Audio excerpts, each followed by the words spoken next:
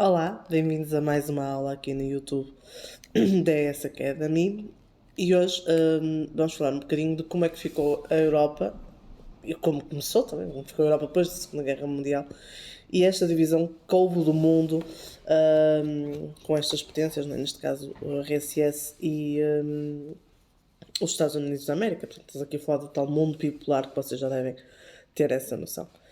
Depois da Segunda Guerra Mundial, temos aqui vários países que ficaram sem um governo, sem nada. Então, sem pessoas também, né? Tendo em conta a quantidade de pessoas que o conflito mundial efetivamente tinha levado. E foi preciso as pessoas se sentarem, os grandes governantes, e organizarem-se. E houve várias conferências que podem até ver aqui nesta cronologia e que depois poderei dar em aula, para organizar esta nova ordem internacional, sendo que aqui à cabeça estão três países, os Estados Unidos, o RSS e o Reino Unido. A primeira destas reuniões aconteceu em Casablanca, depois a Conferência de Moscovo, Conferência de Teherão. Foi a primeira vez que estes três líderes se juntaram, neste caso Roosevelt pela parte dos Estados Unidos, Stalin pela parte do RSS e Churchill por parte do Reino Unido. Obviamente que aqui já se mostra uma superioridade dos soviéticos norte-americanos, principalmente apesar da presença de Churchill, temos a noção que estas duas potências acabam por se destacar quanto às outras. Mas será na Conferência de Yalta que se vai fazer o importante reordenamento do mundo no pós-guerra. A mesma acontece em 1945 e aí já a vitória dos aliados era dada como certa, e aí começa-se a pensar na nova ordem mundial, uma derrota de Mussolini, neste caso, e do nacional-socialismo de Hitler. E é preciso haver procura de consensos. Não pode haver uns dizem uma coisa, outros dizem outra.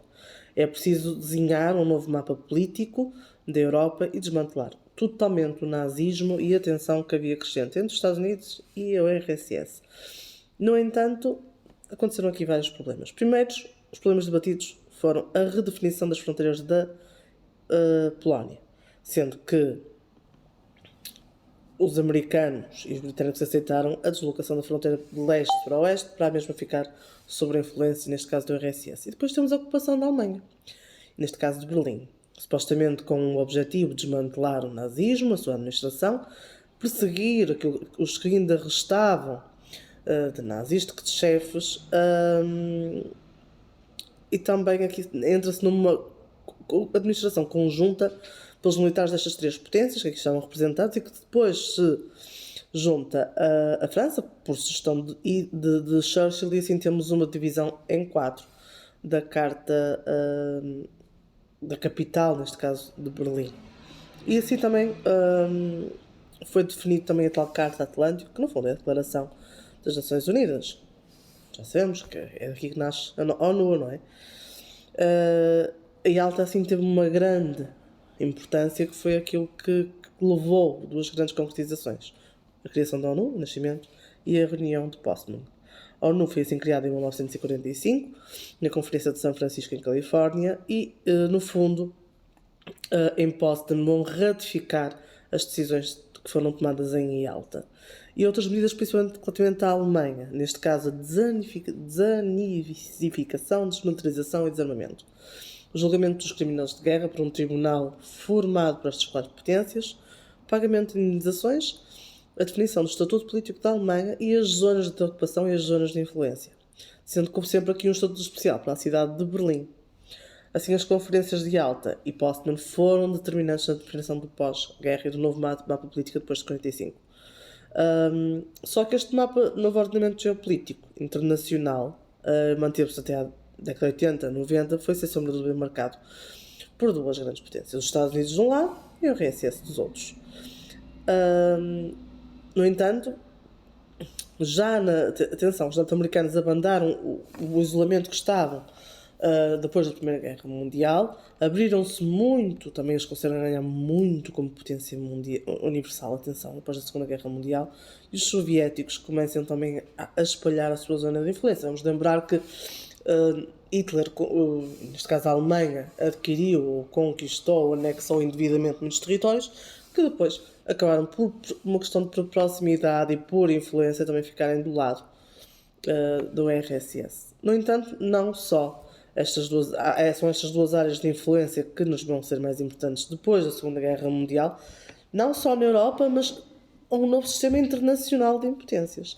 Assim temos a área de influência norte-americana, que tinha por norma ligada aos regimes de democracia liberal, as economias de mercado capitalistas, ou seja, a chamada zona ocidental, e as áreas de influência soviética, que integravam as democracias populares do leste, onde está a Europa Central e Oriental.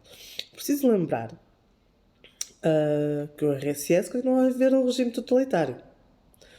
Sempre com essa em mente, ok? Stalin, pelo menos enquanto estiver Stalin no poder, as coisas não eram muito simpáticas para os russos. E começamos assim a ter uma sociedade internacional bipolarizada. De um lado, temos os Estados Unidos da América, do outro, temos a União Soviética. E tudo começa primeiro com a Organização das Nações Unidas, com a Carta Atlântico.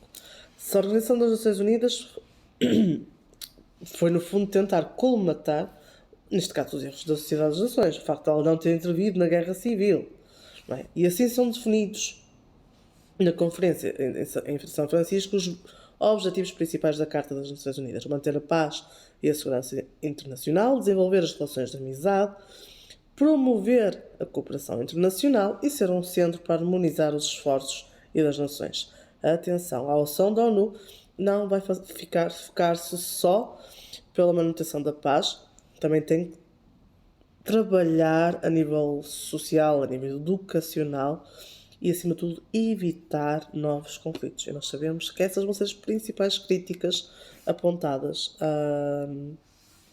à ONU. Aliás, vamos começar logo pelo primeiro, o tal direito de veto. Temos 5 países, que são os grandes, que têm grande assento político, que têm o direito de veto. O que é isto, o direito de veto? São os 5 membros permanentes: Reino Unido, Estados Unidos, França, URS, ou Rússia e China. Direito de veto quer dizer exatamente, ok, não quero integrar, basta este bilhetezinho que a ONU não intervém. E isto acaba por explicar, se calhar, muito a política internacional atual. E a incapacidade para evitar a explosão de conflitos armados em todo o globo. Porquê? Porque continuamos a ter muitos conflitos, continuou-se nesta época e continua-se a ter, que não são explicáveis e que às vezes os problemas económicos acabam por ficar à frente sempre aqui. Aqui podemos ver a tal divisão dos conselhos, a Assembleia Geral, o Secretário-Geral, o Conselho de Tutela, o Tribunal Internacional, que foi nesta altura muito importante, e onde se localizam todos. Não que isto seja da máxima importância, mas convém sempre saber. Como eu já tinha referido, a ONU também vai ter grandes importâncias a nível de ajuda humanitária, de combate à pobreza. Começas aqui a perceber que realmente há 2 planetas Terras, o Hemisfério Norte e o Hemisfério Sul. O direito à defesa internacional, e nasce assim a Declaração dos Direitos do Homem. Claro que as novas regras da economia internacional também vão estar aqui como ordem depois da Segunda Guerra Mundial. Principalmente para tentar ajudar os países que saíram desta guerra completamente falidos. E aqui temos, obviamente, a questão das taxas de câmbio, com prioridades, fixar, ou seja, paridades, a reconstrução de infraestruturas económicas, e aqui voltamos a grandes questões, a organização das trocas internacionais, e é aqui que se vai dar as novas regras da economia internacional. A maior parte delas ainda vigoram até aos dias de hoje, principalmente no sistema monetário internacional, baseado na fixação das paridades de divisas e as paridades oficiais das moedas, a convertibilidade do dólar em ouro e a criação do Fundo Monetário Internacional, o FMI, que muitos de vocês já devem ter ouvido falar. No fundo, sempre com a função também de criar uma estabilidade económica a estes países. Também se começa aqui a ter negociações ligadas, principalmente na Carta da Havana, ligadas aos direitos trabalhistas. Neste caso, a Organização Internacional do Comércio e também com a Conferência das Nações Unidas para o Comércio e para o Emprego. No fundo, de forma a haver um desmantelamento progressivo dos obstáculos das pautas e não pautas, e também haver uma concorrência leal entre as nações. Claro que aqui também houve um ponto importante depois da Segunda Guerra Mundial, a descolonização. Já tinha sido importante após a Primeira Guerra Mundial, mas é no final da Segunda que se começa a ver e a ter esta noção, principalmente com a criação da ONU, com a Declaração Universal dos Direitos Humanos, cada país tem direito à sua autonomia. E há aqui apoios nestas descolonizações dos grandes potências. O RSS vai para um lado e os Estados Unidos vão apoiar do outro. E assim acontece a primeira vaga de descolonizações, principalmente no sudeste da Ásia, e aqui a figura de Gandhi, no caso da Índia, que começou a manifestar-se contra o domínio britânico, o Paquistão, o Sudeste Asiático, Birmânia, Filipinas, Indochina, Indonésia, Vietnã, e vamos ver para a frente porque é que estas colónias, ou neste caso as colónias, vão ser tão importantes depois para o que vem para a frente. Nós já sabemos que a Segunda Guerra pode ter terminado, mas até 1990 a Europa e todo o mundo ainda viveram um período de instabilidade. Bem, até à próxima. Já sabem, qualquer dúvida não só acerca de história, mas qualquer disciplina, nós aqui na dsacademy.pt estamos prontos para vos ajudar. Até à próxima.